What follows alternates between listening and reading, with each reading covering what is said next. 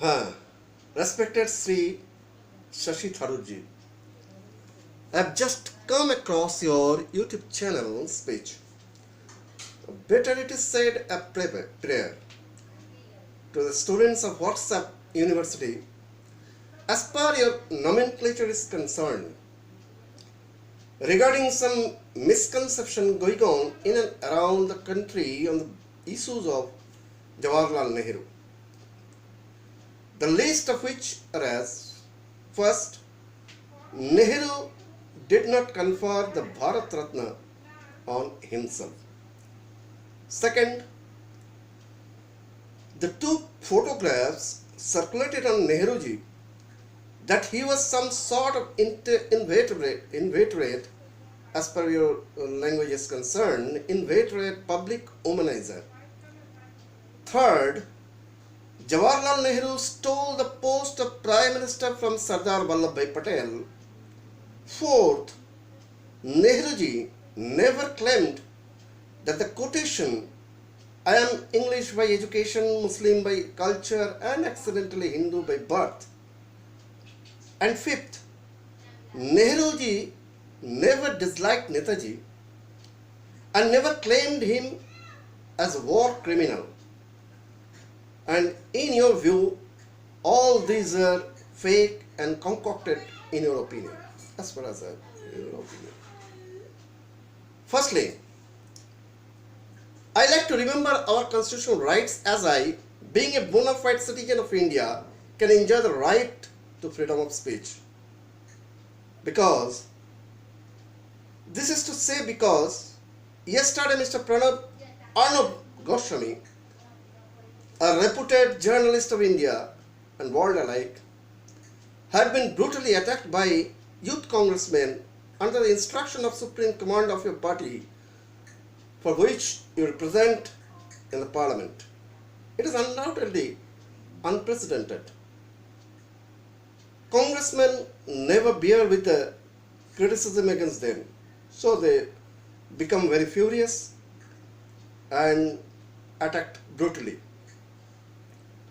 Having full regard upon you, I suppose you debate me with these through your erudition, not in the way of any mischievous means, because you are an MP of repute and I am a general pupil.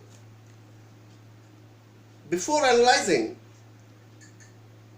your raising issues, I just like to clear my own conception regarding your published the book Neheru, the Invention of India in 2020, which you published in the year 2003. 17 years of its use circulation of the same. Now you need to republish at the same time. You are in need to convince the students of WhatsApp University not to see Jawaharlal Nehru in a crooked way. Because those things which are continuing to take place in the WhatsApp University are all concocted and fake. Why, Tharoorji? Why this happened? Have you ever paid a little bit of your mature thinking? How many readers have seriously read your book?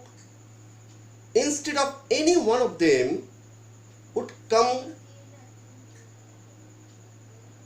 forward to convince the public before you, to establish your logic to the people of our country. Because people are reluctant to read on Jawaharlal Nehru. I honestly say this. There are more than one reasons. Without going too far, I just bring your first issue to discuss that Jawaharlal Nehru did not confer the Bharat Ratna award on himself. To defend this, you put a story that it was President Rajendra Prasad did when Nehru presided over the cabinet meetings that made the decision, and at no stage did he ever even raise the prospect. The incident took place in the year 1955 during the tenure of Jawaharlal Nehru, and the same case happened during Indira Gandhi's tenure. Incidentally, in 1971, when Indira Gandhi was in power, she also was awarded the Bharat Ratna during her tenure as Prime Minister of India. Was that the same story behind Indira Gandhi? In both occasions, the incidents took places during their own tenure. So people suspect the theory of tenurial gift for the prime ministers, isn't it? Second thing is that, as far as constitutional point of view, that the president is titular head of the state. He acts according to the wishes of Union Cabinet headed by Prime Minister, as the Article 74 of the Constitution of India clearly denotes.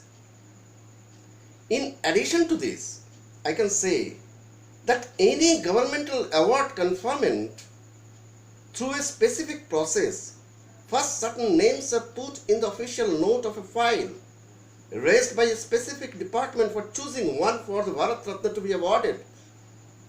Then it needs to take a concurrence with the Ministry of Finance. As a civilian award, carry an honorable amount for the awardee. Then it goes for cabinet, including Prime Minister at its heads, for approval.